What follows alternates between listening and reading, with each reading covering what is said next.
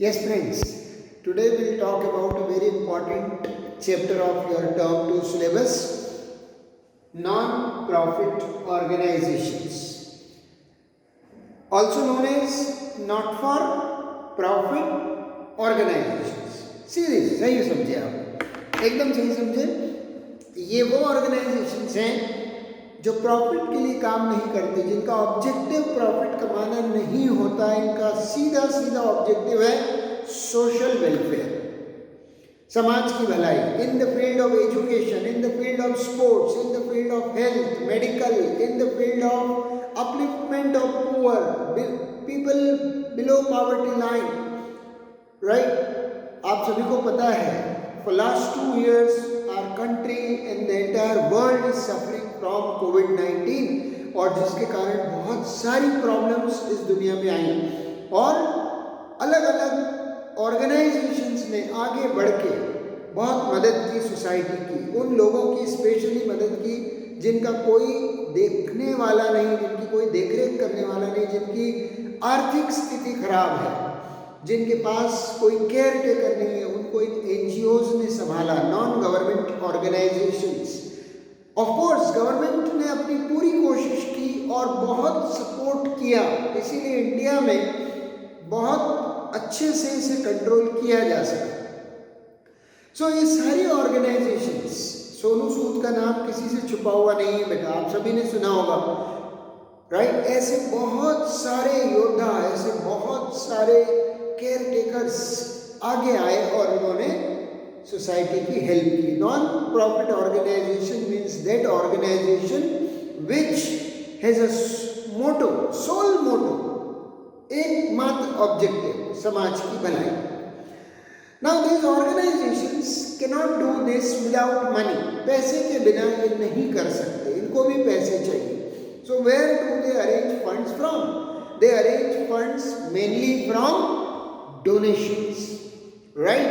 They arrange funds mainly from government grants, help received from all over the world. बड़े बड़े donors हमारी country में, हमारे world में बैठे हैं, जिनके पास इतनी इच्छा है डोनेशंस देने की कि उनके बड़े बड़े डोनेशंस जो आते हैं, उस डोनेशन से बहुत हेल्प समाज की जा सकती है।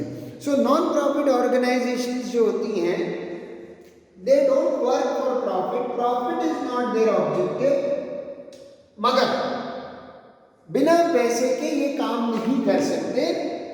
तो बच्चों के दिमाग में जो सवाल आता है सीधा सीधा कि अगर ये प्रॉफिट ही नहीं कमाते तो इनकी अकाउंटिंग हमें क्यों करना है और इन्हें अकाउंट्स क्यों बनाने चाहिए, अकाउंटिंग फॉर NPO।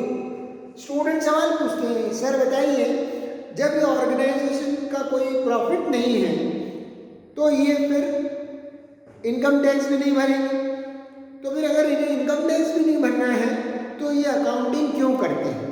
तो बहुत सिंपल सा आंसर है, आप सभी को भी पता है कि अकाउंटिंग खाली उनके लिए इम्पॉर्टेंट नहीं है जो प्रॉफिट कमाते हैं और जो इनकम टैक्स भरते हैं।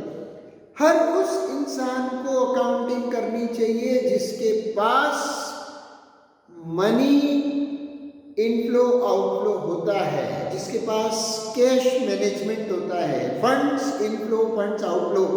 आपके पास अगर पैसा आ रहा है, पैसा जा रहा है, तो आपको हिसाब रखना चाहिए कि कहाँ से आया कहाँ गया।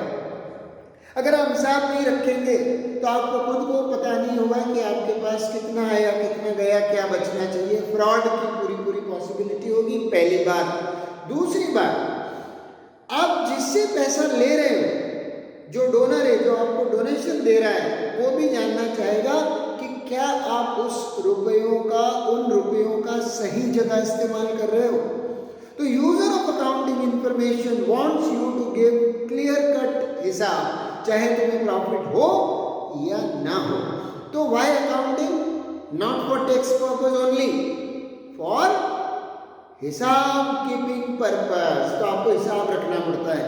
अब दो चीजें आती हैं कि नॉन प्रॉफिट ऑर्गेनाइजेशन के पास पहली चीज तो पैसे आते कहाँ से हैं और जाते कहाँ हैं। तो हमें बात करना होगी फंड्स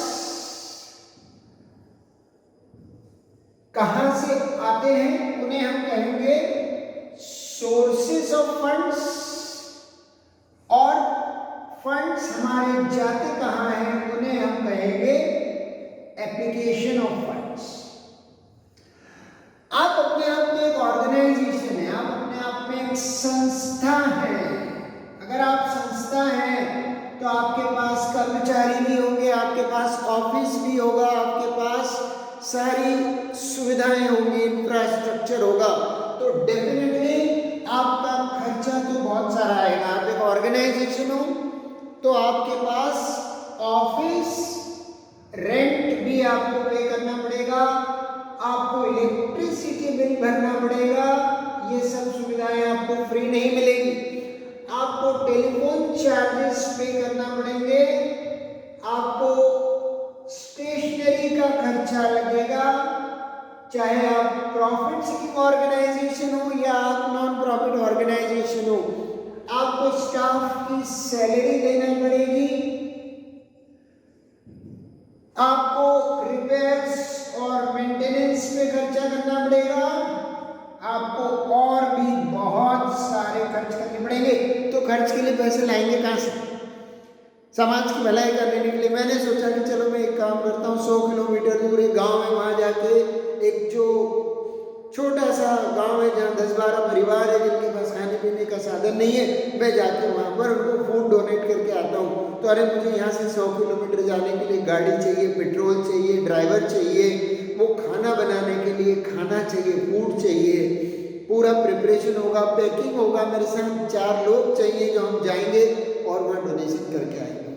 तो डोनेशन करो ऐसा बोलना आसान है, सोशल वेलफेयर करो ऐसा बोलना आसान है, लेकिन जब इंसान करने जाता है तो कितने सारे एलिमेंट्स उसमें इन्वॉल्व होते हैं। देखिए, प्लस अगर आप एक रजिस्टर्ड ऑर्गेनाइजेशन है, राइट, तो आपको और भी बहुत सारे पॉइंट्स ध्यान रखने होते हैं, क्योंकि आप अगर किसी को खाना दे रहे हो, खाना खा के उसकी हेल्थ सुधर गई, बहुत अच्छा है। कल दिन अगर मान लीजिए कुछ फूड में एडल्टरेशन था और उसको कोई साइड इफेक्ट हो गया, उसकी डेथ हो गई, उसको कोई बीमारी हो गई, तो यू आर लायबल, आपके ऊपर उंगली उठाई जाएगी कि आपने किस हैसियत से ये किया, कौन थे आप। तो you should be a registered non profit organisation, whether government और नॉन गवर्नमेंट। लेकिन भलाई करने जाएं तो खुद की सुरक्षा पहले ध्यान रख लें, क्योंकि आप सुरक्षित हैं तो ही आप दूसरे की मदद कर पाएंगे, राइट। तो खर्चे तो बहुत सारे हैं प्यारे बच्चों, बहुत सारे लीगल एक्सपेंसेस भी हैं, और इन सारे एक्सपेंसेस के लिए पैसा लाओगे कहाँ से? तो ये रहा सोर्सेस ऑफ फंड्स। सबसे पहला सोर्स डोनेशंस।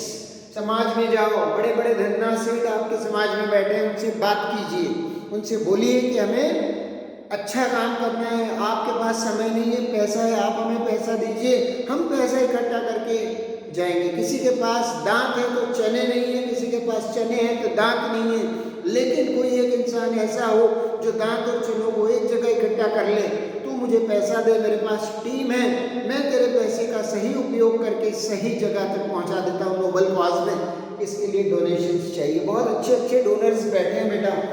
एक सबसे इंपॉर्टेंट इसमें होता है सब्सक्रिप्शन। सब्सक्रिप्शन का हिंदी मीनिंग है चंदा।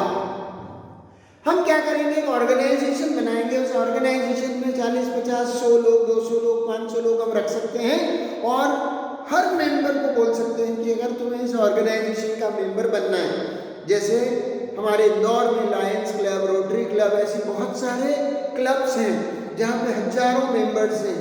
हर मेंबर क्या करता है, अपनी तरफ से कुछ न कुछ चंदा, कंट्रीब्यूशन, सब्सक्रिप्शन हर साल देता है। जैसे मान लीजिए आप किसी क्लब के मेंबर बने और आपको कहा गया कि आपको 100 रुपये महीना देना है सब्सक्रिप्शन आपकी मेंबरशिप के लिए, तो एक मेंबर के 1200 रुपये आएंगे हर साल। और अगर अपने पास मान लीजिए 1000 मेंबर हैं तो 1200 × 1000 कर लीजिए, you will have a very big amount जो आपके पास रिकरिंग बेसिस पे आता रहेगा। This is another important source of funds. Life membership fees एक और इसका इंपॉर्टेंट सोर्स है। कुछ मेंबर्स ऐसे होते हैं जिनको हमें बोर्ड पे लेना होता है, बोर्ड ऑफ गवर्नर्स में लेना होता है, गवर्निंग कमेटी में लेना होता है, उनको हम लाइफ मेंबर्स बनाते हैं। Life members are those members who pay certain amount to occupy that position in the board, right? And they remain responsible for conducting all the activities of organization.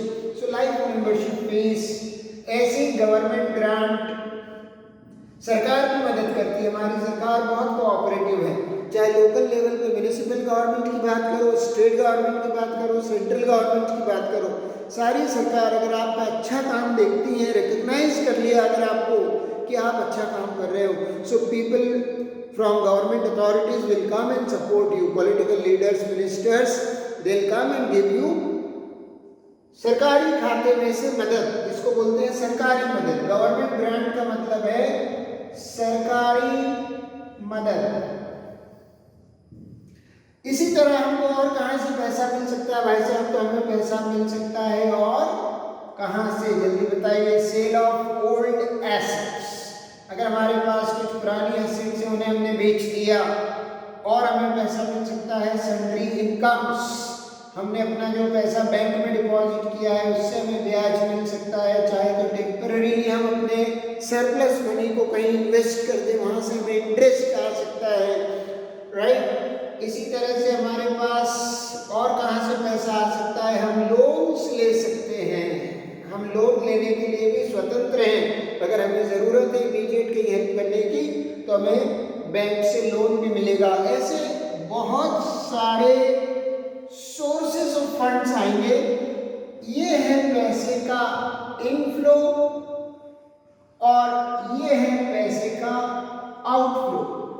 पैसे के इनफ्लो और outflow का हिसाब रखने के लिए हम एक अकाउंट बनाते हैं जिसका नाम होता है रिसीट्स एंड पेमेंट अकाउंट। बने रहिए, अगले वीडियो में मैं बताऊंगा आपको रिसीट्स एंड पेमेंट अकाउंट कैसे बनता है और उसमें कौन कौन सी चीज़ें ध्यान रखी जाती है।